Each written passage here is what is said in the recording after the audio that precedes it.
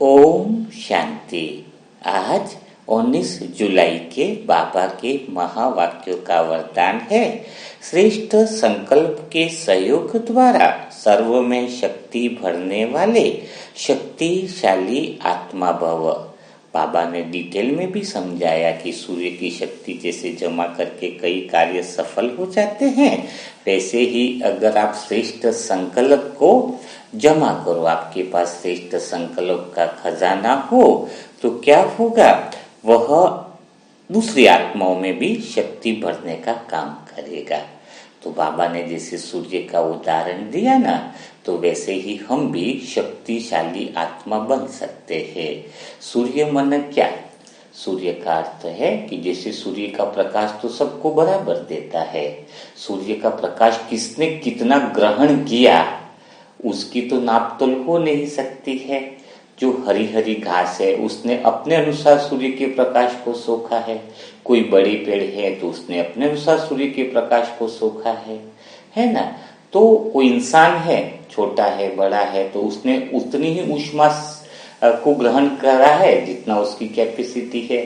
तो बाबा भी श्रेष्ठ संकल्पों का खजाना सबको बराबर देता है, लेकिन हर एक आत्मा की अपनी शक्ति के अनुसार वह उन खजानों को ग्रहण करता है, उसकी पात्रता के अनुसार ग्रहण करता है। तो जब तक पात्रता नहीं होगी तब तक आत्मा शक्तिशाली बनेगी कैसे? पात्रता का अर्थ क्या हुआ?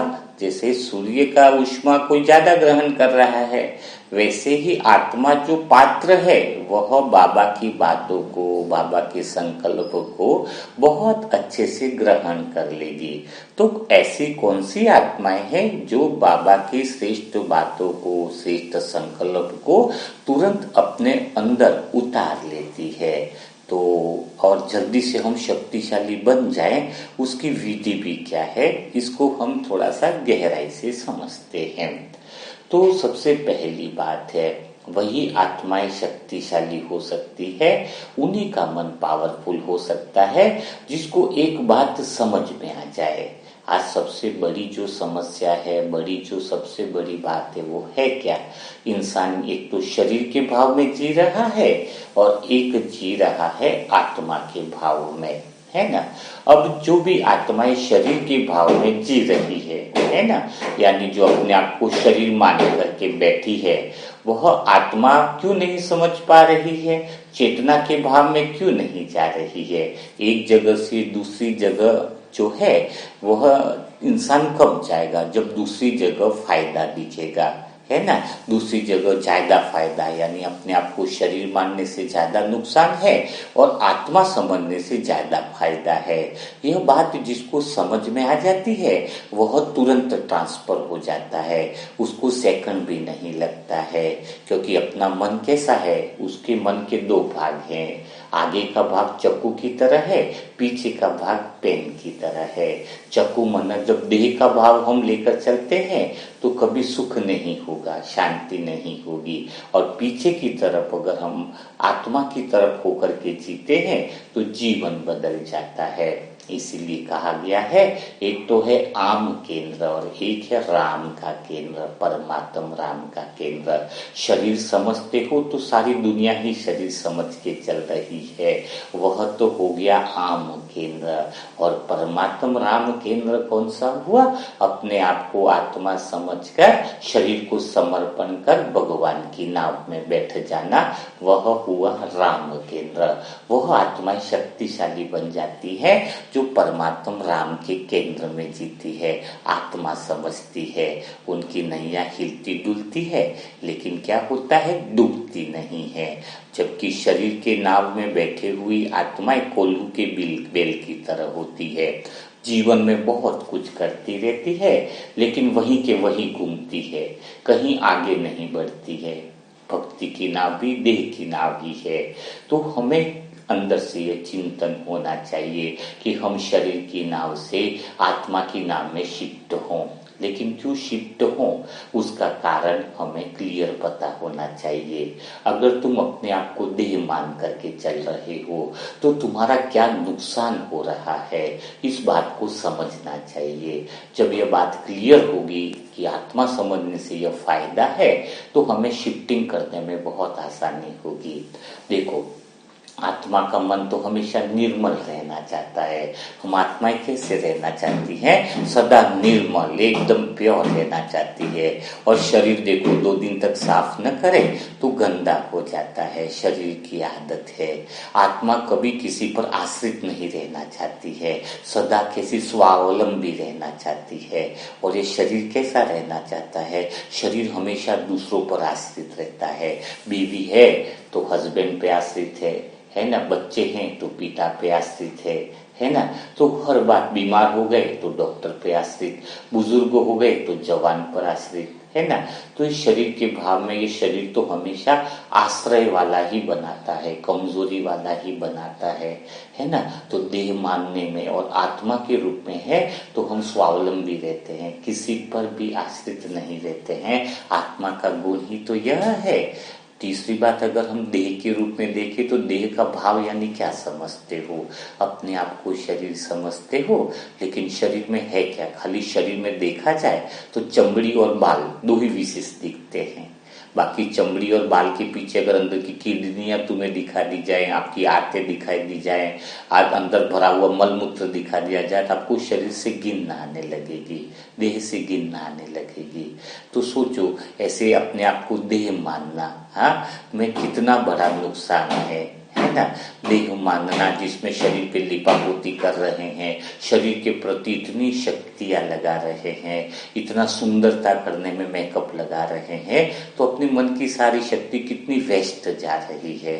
जिसको यह अनुभव होने लगे कि आज मेरे जीवन के कब, मेरा बचपन से आप जवानी में आए, क्या आपके पास तारीख है कि आप बचपन से जवानी में कौन से समय में एंट्री मारी थी?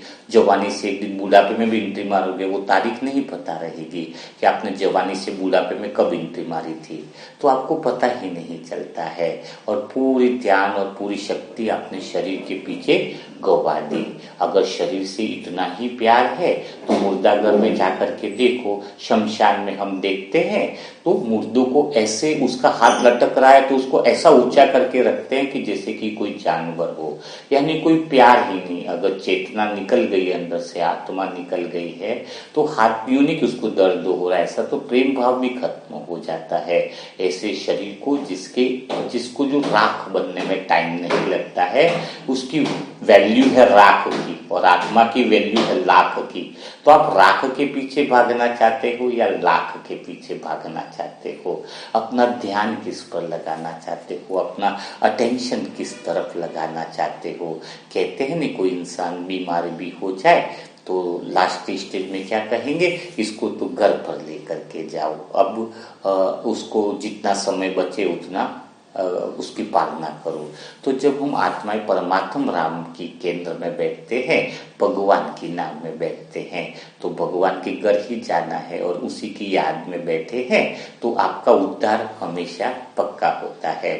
तो हमें चेतना के महत्व को समझना चाहिए।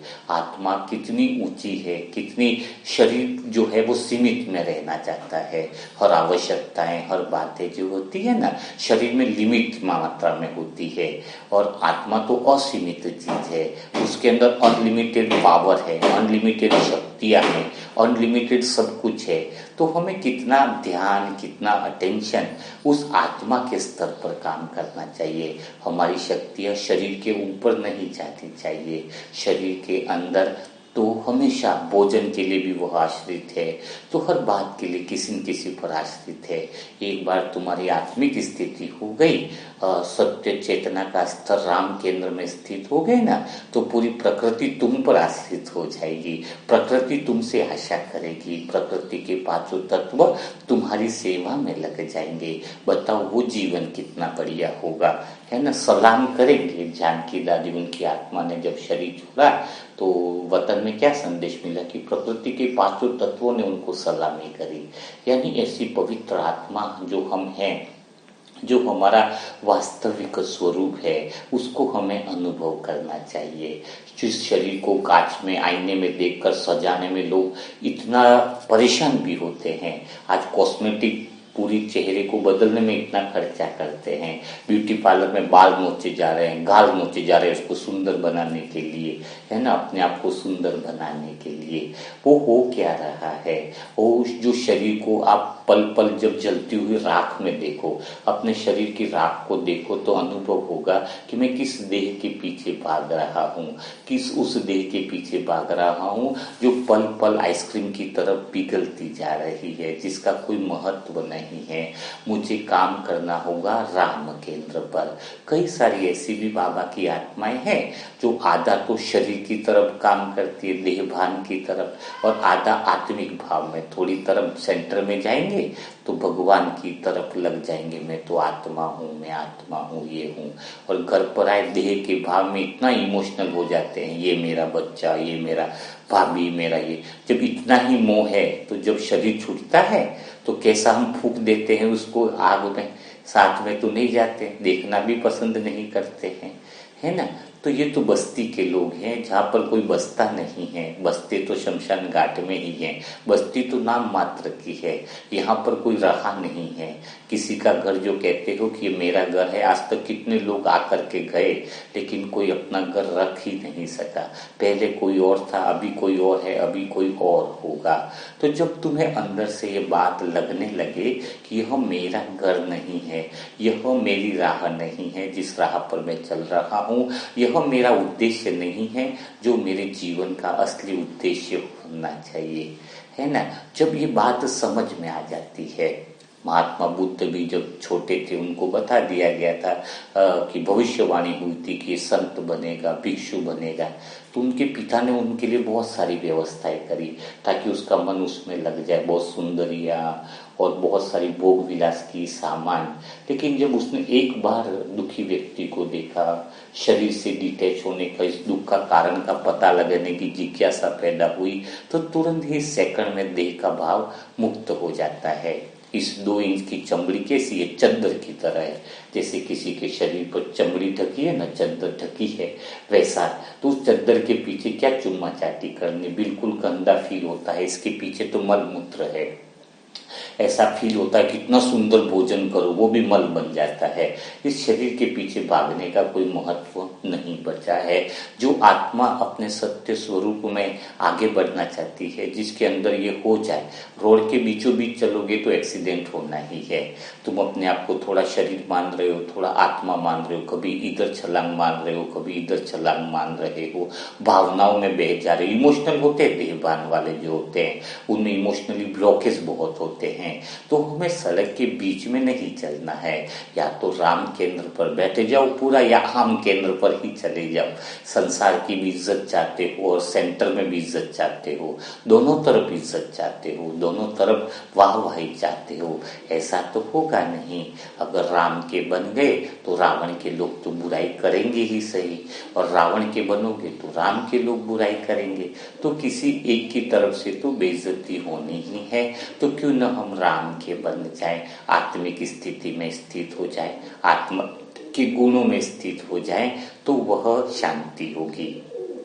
शरीर की जो शांति समझते हैं वह ओरिजिनल शांति है ही नहीं। जैसे कोई शरीर की बहुत थकान लग गई, थोड़ी देर के लिए मालिश करवाई तो उसके शरीर में उसको रिलैक्स लगता है, जैसे कि शांति मिल गई। वो शांति नहीं है, वो अल्पकाल की शांति है।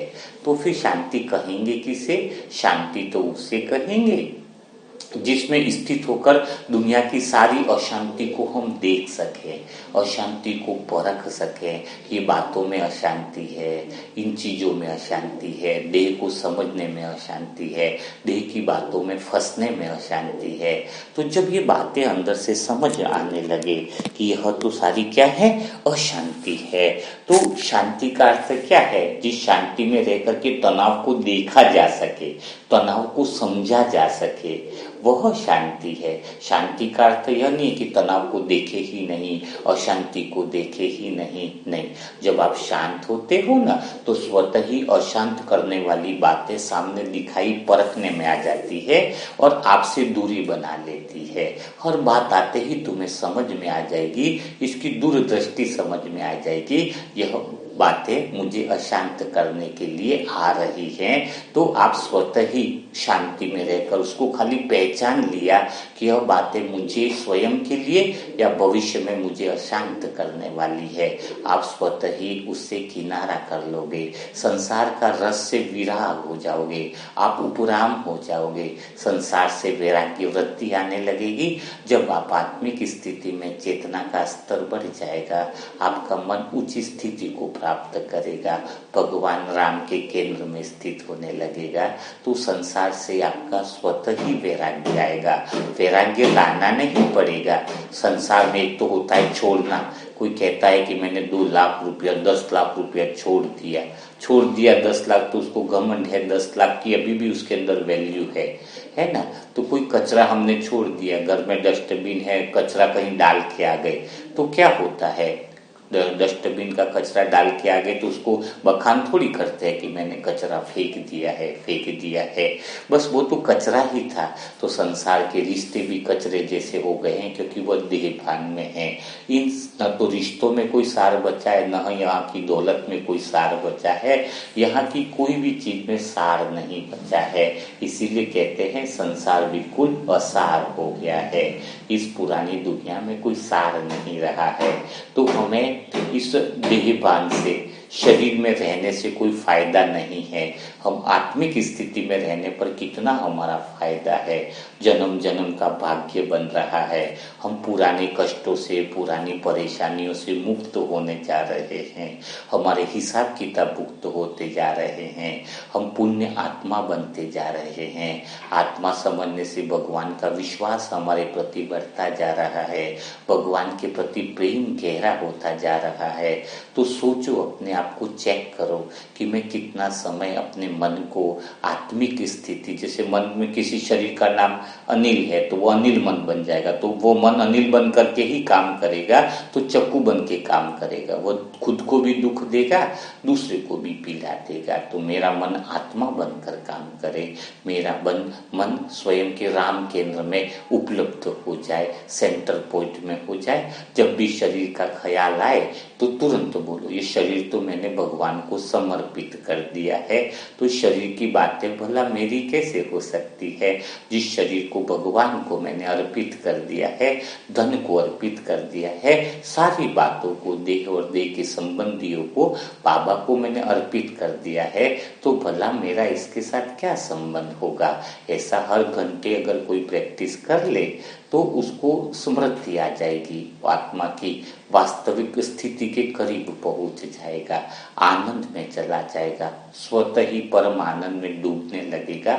बस ये स्मृति ताजा हो जाए कि जो शरीर राख बनने वाला ही है, वो शरीर तो मैंने जीते जी मरना कहते हैं ना, तो अपने राख को हम देख रहे हैं। तो शरीर हमने भगवान को अर्पित कर दिया। जैसे ही शरीर के विचार आए, नारियल फोड़ते हैं तो हेड, नारियल पे भी बाल होते हैं, तो हेड को अगर हमने तोड़ दिया, अहंकार को तोड़ दिया, तो हम हर्ट की यात्रा करते हैं, यानी दिल की यात्रा करते हैं, दिल की बातों को समझते हैं। तो गुरु के पास आए हैं, सदगुरु के पास आने के लिए हमें भी अपनी तैयारी करनी होगी। हम अच्छे शिष्य तो बने, गुरु तो चाहिए, ये तो सबको लगता है, लेकिन क्या मेरे अंदर शिष्य की क्वालिटी है?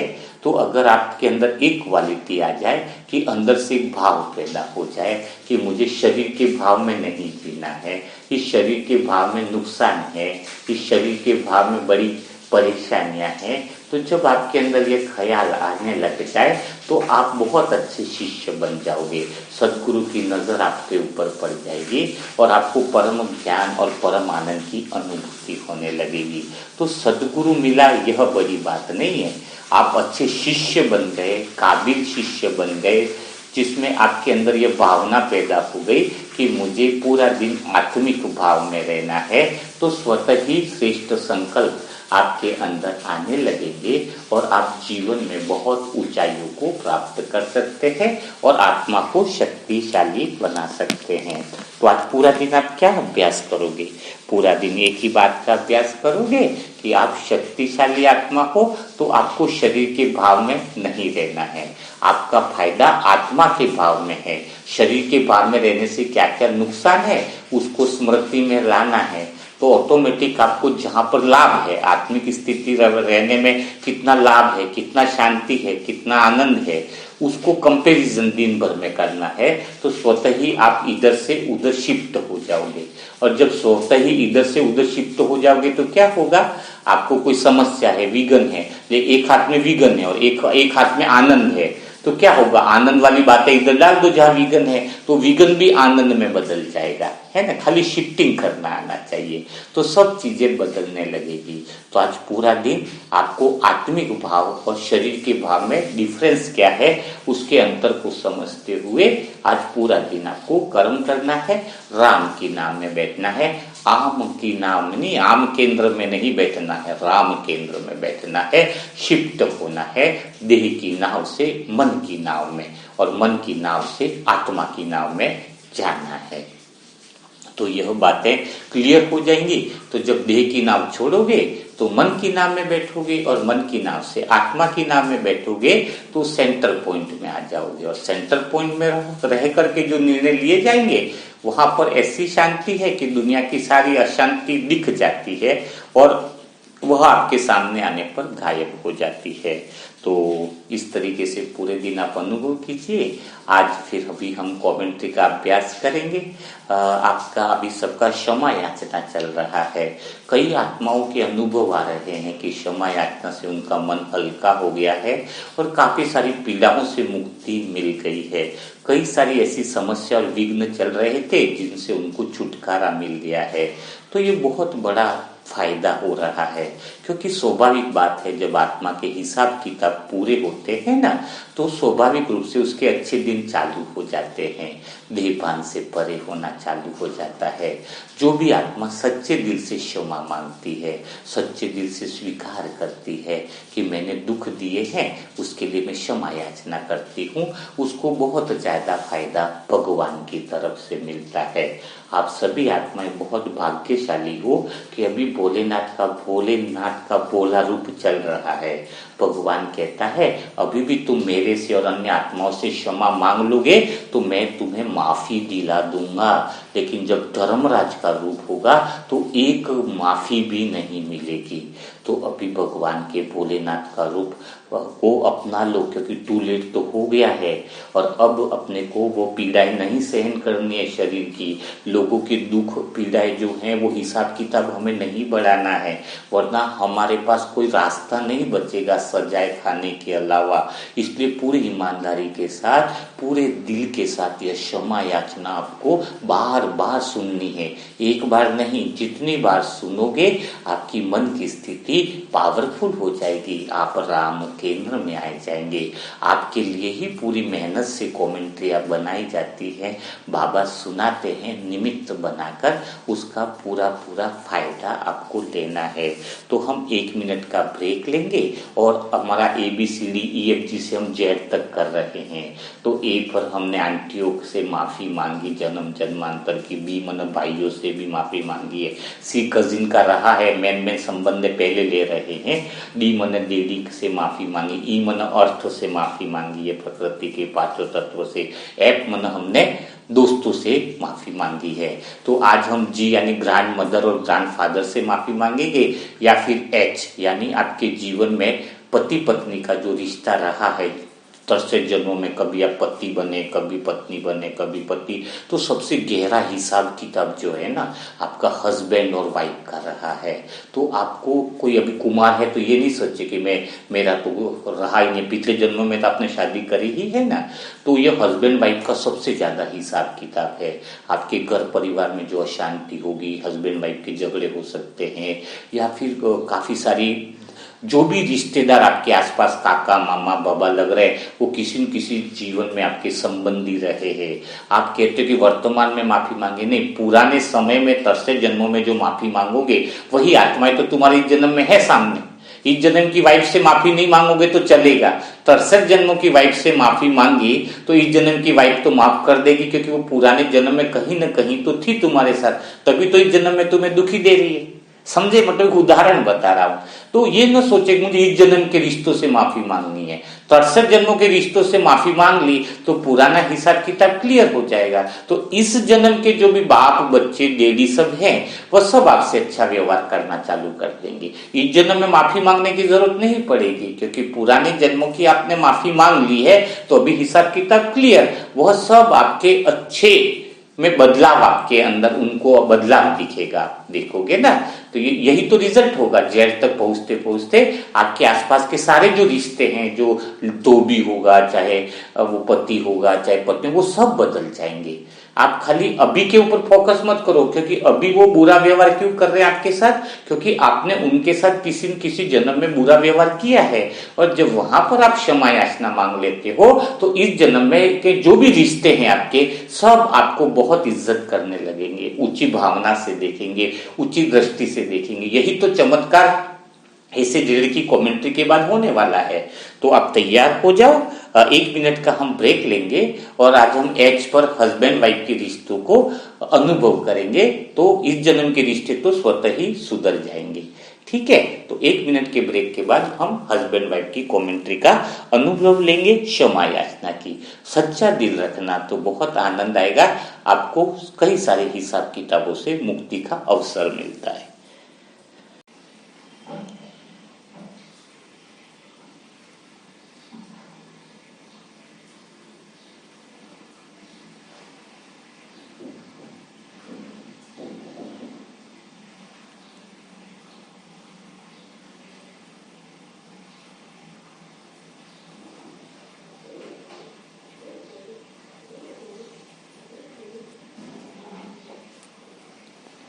आप सभी आत्माएं अपने अपने बाबा के कमरे में शांति से बैठ गए हैं और अपने आप से बातें कर रहे हैं कि यह रूम तो क्षमा याचना का रूम बन गया है।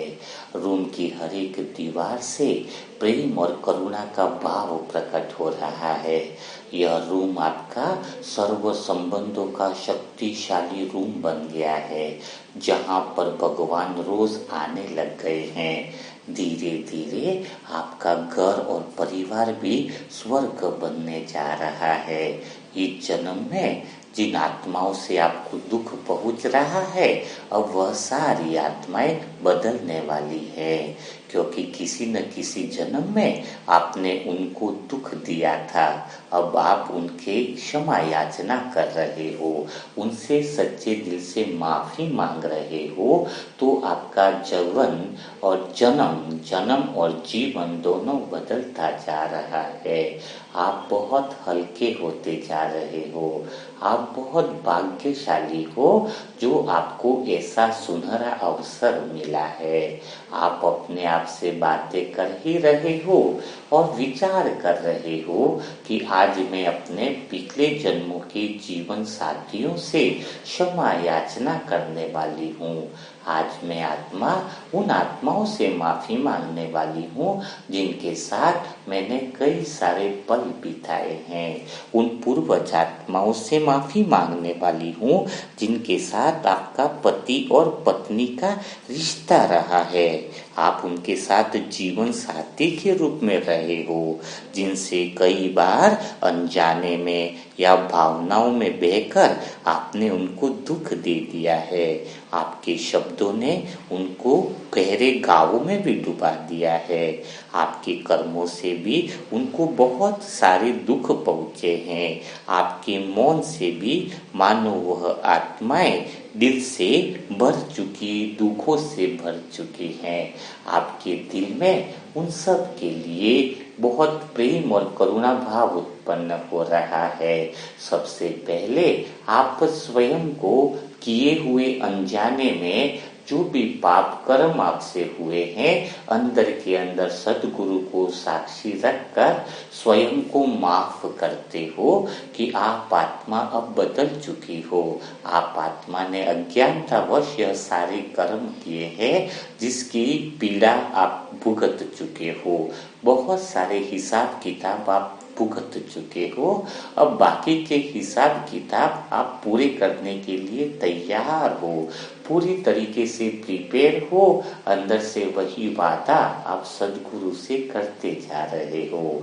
तभी ही अचानक वहां पर साजन आ जाते हैं आपको लेने के लिए। शिव साजन जो जन्म जन्म के सच्चे साथी हैं, वह आपको स्मृति दिलाते हैं कि आज यह मौका मिला है कि तुमने जीवन भर, जन्म भर, पूरी तुम्हारी यात्रा में तुमने जो भी अपने शब्दों से गहरे घाव अपने जीवन साथी को दिए हैं, चाहे पति के रूप में, चाहे पत्नी के रूप में, आज वह सबसे बड़े हिसाब किताब को समाप्त करने का मौका मिला है। आज अगर तुम्हारा दिल सच्चे दिल से उनसे क्षमा याचना कर लेगा और उनसे क्षमा याचना मिल जाएगी, तो तुम्हारे जीवन की पीड़ाएं और दुख समाप्त हो जाएंगे। क्योंकि सबसे ज्यादा करीब के हिसाब किताब हमारे जीवन साथियों से ही रहते हैं। शिव साजन आपका हाथ पकड़ के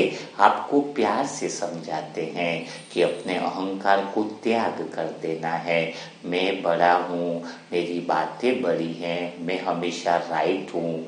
इन सब बातों को त्याग कर निर्मल मन से, सच्चे हृदय से अपनी गलतियों को स्वीकार कर लेना है कि मैंने ही तुम्हें दुख पहुंचाया है, इसीलिए आज मेरे साथ दुख की घटनाएं घटित हो रही हैं। सच्चे दिल से आपको शिव साजन तैयार कर रहे हैं और शिव साजन आपका हाथ पकड़कर धीरे धीरे छत की तरफ ले करके जा रहे हैं।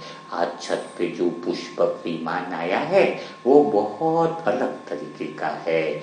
उस विमान पर लिखा है पति पत्नी पुष्पक विमान। उसको देखकर बहुत खुशी होती है। जहां पर सुंदर जोड़े का दृश्य बनाया गया है, पवित्रता के संबंध के चित्र बने हुए हैं, ऐसा पुष्पक विमान देखकर आप शिव साजन से बड़े प्रसन्न हो जाते हैं। उनकी ऐसी नटखट आदतों से आपके मन में रोमांच खड़े हो जाते हैं कि आपको खुश रखने के लिए शिव साजन कितना प्रयास करते हैं, कितना हिम्मत बढ़ाते हैं। ऐसी हिम्मत बढ़ाने वाले साजन को पाकर आपका मन बहुत आनंद का अनुभव कर रहा है। आपका मन आसपास के पुष्पक विमान के वातावरण को देखकर, साजन के प्रेम को देखकर आपका मन गहरे प्रेम में डूबता जा रहा है, गहरे करुणा भाव में डूबता जा रहा है। मेरे शब्द भी आपको साजन के प्रेम में डुबा रहे हैं। आपका पूरा ध्यान इस समय मेरे हर एक शब्दों पर है। यह हर एक शब्द ही आपको पाप कर्मों से मुक्ति दिलाने वाले हैं। यह हर एक शब्दों से आपका संबंध गहरा होता जा रहा है, क्योंकि यही वो शब्द हैं जो सद्गुरु से मिलाने वाले हैं। यही वो शब्द हैं जो विकर्म से मुक्त कराने वाले हैं। तो मेरे शब्दों के गहरे एहसास में आप खोते जा रहे हो, भगवान के प्रेम में डूबते जा रहे हो। शिव साजन के साथ पुष्पक विमान में आप चढ़ चुके हो और बहुत प्यार से वहां की पुष्पक विमान की चित्रकारी का आनंद ले रहे हो। इतनी प्यारी चित्रकारी जिसमें सच्चे पवित्र रिश्तों की पूरी झलकियां दिखाई दे जा रही हैं। आसपास मौन और मधुर संगीत बह रहा है। हवाएं मानो साज बजा रही है। पेड़ों की पत्तियां इतनी प्यार से हिल रही है मानो म्यूजिक बज रहा हो। आप धीरे धीरे पुष्पक विमान में साजन का हाथ पकड़कर वादा करते हो कि मैं अब पूरे दिल के साथ हर रिश्ते को निभाऊंगी, हर रिश्ते में सत्यता रखूंगी, ईमानदारी रखूंगी, अपने स्वार्थ को त्याग करके आत्मिक भाव में रखूंगी। आप उनसे वादा करते हो, साजन आपसे बहुत खुश हो जाते हैं, बहुत प्रसन्न हो जाते हैं कि मेरी प्यारी सजनी, तुम बहुत सुंदर हो, तुम्हारा दिल बहुत सुंदर है, तुम्हें माया ने अपने वश में कर लिया था, लेकिन तुम्हारा मन हमेशा दूसरों के लिए अच्छा ही सोचता था। कुछ समय तक मन पर मैल की परत जम गई थी, वह अब मैल की परत उतरने लगी है, तुम आत्मा की स्थिति में स्थित होने लगी हो। यही तुम्हारा ओरिजिनल स्वभाव है, यही तुम्हारा वास्तविक स्वभाव है। ऐसी बातें करते करते कुछ समय के बाद वह सदगुरु का दिव्य महल, जो माफी का महल है, वह सामने आ जाता है। इतना सुंदर प्रकाश का महल है जो वास्तव में किसी के भी पाप कर्मों को धो लेता है, विकर्मों को धो लेता है। ऐसा बड़ा क्षमा याचना का रूम, जिसमें आज तो बहुत बड़ा एच का अक्षर लिखा हुआ है। आपके दोस्त, पिता, टीचर सब भी आपका स्वागत कर रहे हैं। टीचर कह रहा है कि मेरा स्टूडेंट आज बहुत पापों से मुक्त होने वाला है। पिता कह रहे हैं कि मेरा बच्चे का मन आज बिल्कुल निर्मल होने वाला है। बाप की आंखों में जैसे बच्चे के लिए खुशी होती है कि मेरा बच्चा आज सर्व बंधनों से मुक्त होने वाला है, सर्व कर्मों के हिसाब से मुक्त होने वाला है। बाप के चेहरे पर खुशी साफ झलक रही है। आपका भाई मानो छोटे भाई की जो खुशी होती है उसको आंखों में अनुभव कर रहा है, आपको गले से लगा लेता है। हे मेरे प्यारे छोटे भाई, तेरे जैसा सुंदर भाई तो कहीं नहीं मिलेगा। आज तुझे क्षमा याचना मिलने वाली है, तो सच्चे हृदय से सदगुरु को साक्षी रखकर अपने पिछले जन्मों के जो हिसाब किताब है, पति पत्नी की जीवन साथी के रूप में जो समय निकाला है, उसमें क्षमा भाव ले आओ। मैं तुम्हें ताकत देता हूँ कि तुम्हारा हृदय एकदम निर्मल है और तुम्हें क्षमा याचना मिल जाएगी। इस तरीके से सबसे मिलने के बाद आप आगे टीचर के चरण स्पर्श, सदगुरु के चरण स्पर्श करते हो। सदगुरु तुम्हें आशीर्वाद देते हैं, पवित्र भव, योगी भव, पुण्य आत्मा भव। जैसे ही पुण्य आत्मा बोलते हैं, आपका हृदय प्रेम से पिघल जाता है और धीरे धीरे ये सदगुरु आपको हाथ पकड़कर अंदर की तरफ लेकर के जाते हैं। जैसे ही वहां पर बहुत बड़ा पर्दा लगा हुआ हो, जिसमें बहुत बड़ी एच की अक्षर जो है वहां पर लिखा हुआ है, अल्फाबेट एच लिखा हुआ है, जिनके नीचे बहुत बड़ी पिक्चर चलने वाली है। ऐसी पिक्चर जो आपके जीवन के 63 जन्मों की कहानी बताने वाली है। वो तो दोस्त आपसे कह रहा है, यह कहानी नहीं है, तुम्हारे जीवन की पोल खुलने वाली है। दोस्त की नटखट बातों को सुनकर आप थोड़ा सा मुस्कुराते हो, बोले मैं तैयार हूँ, क्योंकि जब मुझ आत्मा ने अभी किसी से पाप कर्म नहीं करने का वादा किया है, सही समझ जब मेरे अंदर आ गई है, तो मैं क्षमा याचना के लिए बहुत आतुर हो रही हूँ। मैं आत्मा इस पीड़ा से मुक्ति चाहती हूँ। आपका उमंग उत्साह देकर बाबा आपके सर पर हाथ रखते हैं और पिक्चर चालू हो जाती है। 63 जन्मों की समय की परतें खुल रही हैं। बीते जन्मों की आत्माएं एक एक करके इस मंच पर प्रकट हो रही है, जिनके साथ आपने जीवन बिताया है, जो कभी आपके साथ जीवन साथी रही है। कुछ की आंखों में करुणा भाव है, वो आपको देखकर पूरी स्मृतियां ताजा हो जाती हैं। कुछ में बहुत चुप्पी शादी हुई है, जिसने आपके साथ बहुत प्रेम किया था, आप पर बहुत विश्वास किया था, लेकिन आपने उसके प्रेम की कभी कदर ही नहीं की। कुछ आत्माओं के पास अब भी कोई अधूरी सी कहानी आपसे बनी हुई है, अधूरी सी पीड़ा है आपके साथ, क्योंकि आपने उनका इज्जत नहीं किया है, मान सम्मान नहीं दिया है। हमेशा उन्हें दुख दिया है, उनके प्रेम को नहीं समझा है। आपके शब्दों ने उनको घायल किया है। उनके मौन को समझकर आप अनुभव कर रहे हो कि अब बहुत ज़्यादा मैंने उनको दुख दिए हैं। उनके दिल में मेरे प्रति बहुत ही पीड़ा का भाव है। उनको लग रहा है कि इस आत्मा ने हमारे साथ बहुत गलत किया है, लेकिन अंदर से कहीं न कहीं थोड़ा प्रेम भी है।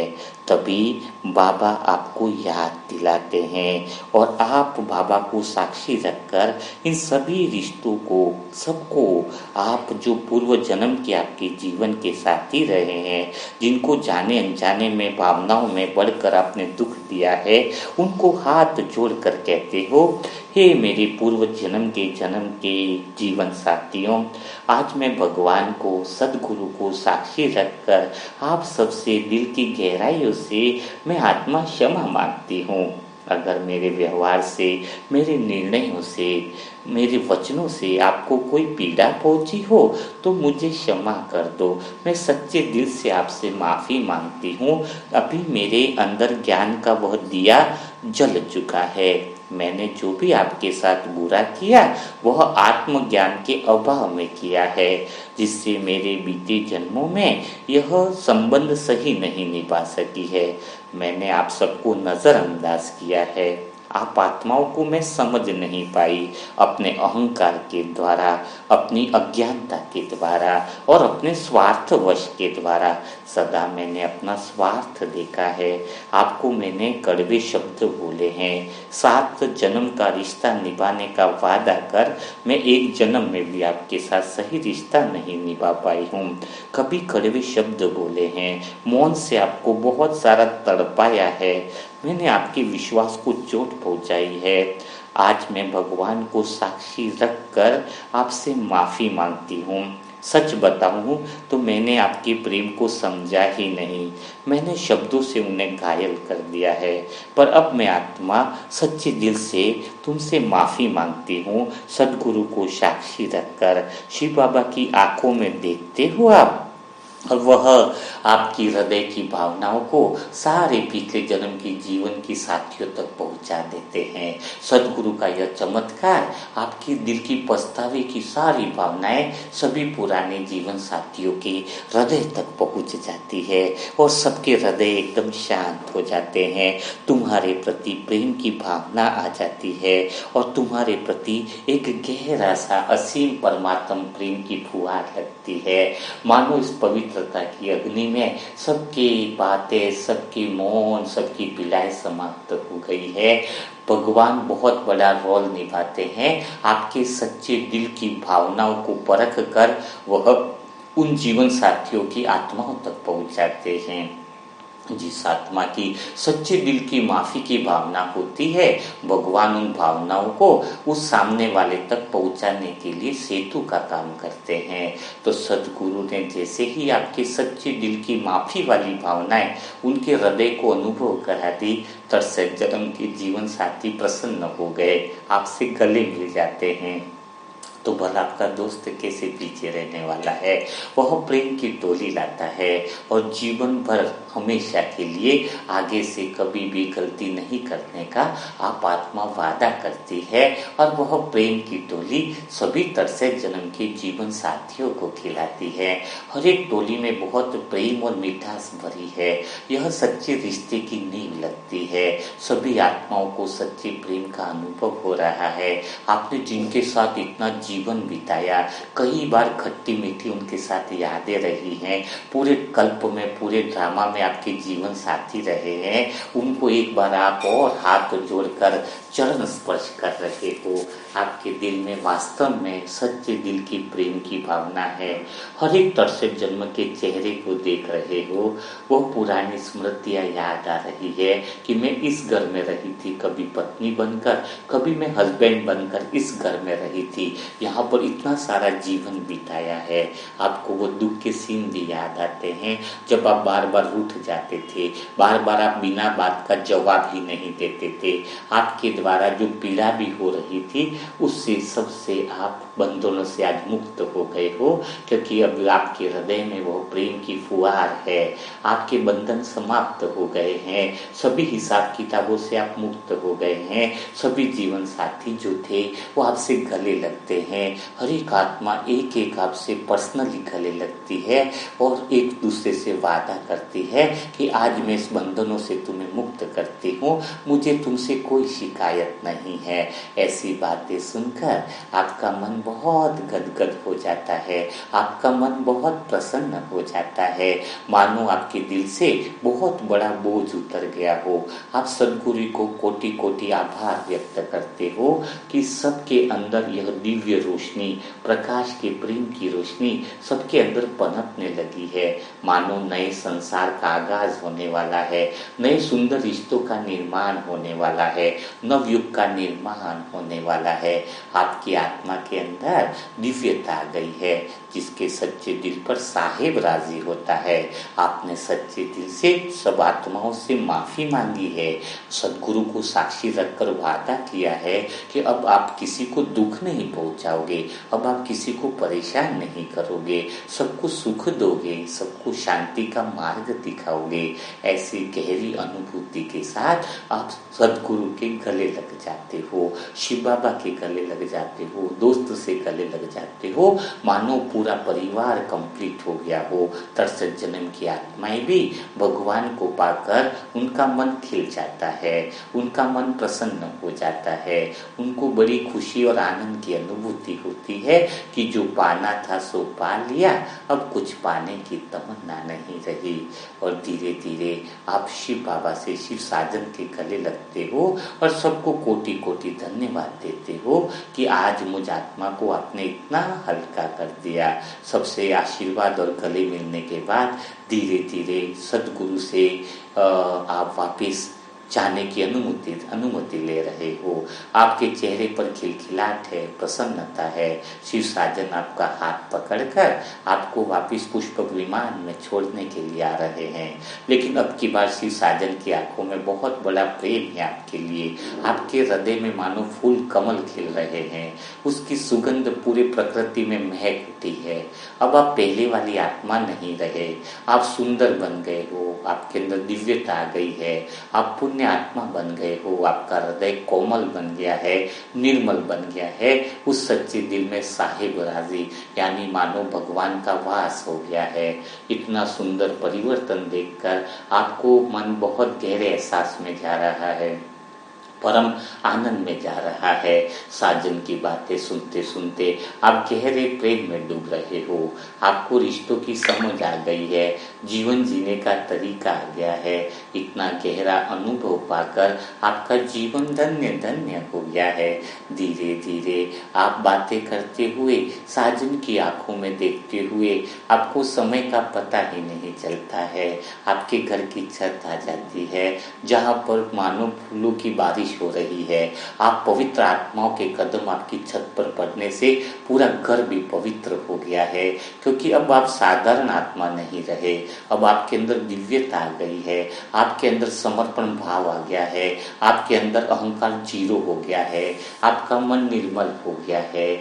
सबसे क्षमा याचना कर आपका मन बहुत सुंदर बन गया है, सहज मन बन गया है। ऐसी दिव्य अलौकिक अनुभूति से धीरे धीरे आप सीढ़ियां जैसे जैसे उतरते हो, आपका मन गहरी शांति में जा रहा है। साजन से विदा ली, वो पल आपको याद आ रहा है। धीरे धीरे आप अपने रूम में आते हो और उस गहरे एहसास का अनुभव करते हो कि कितना प्यारा एहसास भगवान ने दिलाया है, कितना प्यारा अनुभव सदगुरु ने दिलाया है। मानो कुछ पल में ही इतने जन्मों का हिसाब पूरा करा दिया। इसीलिए सदगुरु को कहते हैं सेकंड में जीवन मुक्ति। आदि शब्द का अर्थ आपने समझ लिया है, आप गहरे आनंद में खो चुके हो। तो आप सभी आत्माएं कैसा अनुभव किया है, किस तरीके से हल्कापन लगा है, वह आपको कमेंट बॉक्स में ज़रूर लिखना है। इसकी कमेंट्रियाँ व्हाट्सएप पर मिल जाएगी। व्हाट्सएप नंबर है 7202921969। यानी अपने जीवन में आप कितना बड़ा बदलाव ला रहे हो, कैसा बदलाव आ रहा है, वो सारी बातें कमेंट बॉक्स में ज़रूर लिखनी है। तो कल हम फिर मुलाकात करेंगे ऐसे ही प्यारी कमेंट्री के साथ, ऐसे ही प्यारे मूल्य मंत्र के साथ। तब तक के लिए सभी भाई बहनों को ओम शांति। और जितना अधिक से अधिक हो सके इन मूल्यों को और कमेंट्रियों को व्हाट्सएप पर अन्य आत्माओं को शेयर करें, तो उनके हिसाब किताब पूरे होने से आपको भी जीवन में ऐसा पुण्य बल का फायदा मिलेगा। टाइम कितना लगता है, शेयर कर लिया तो आपका भाग्य बन जाएगा। सुने न सुने उनके भाग्य पर निर्भर करता है। ठीक है, तो कल फिर मुलाकात करेंगे ऐसे ही मुरली मंथन के साथ। तब तक के लिए सभी भाई बहनों को ओम शांति, ओम शांति।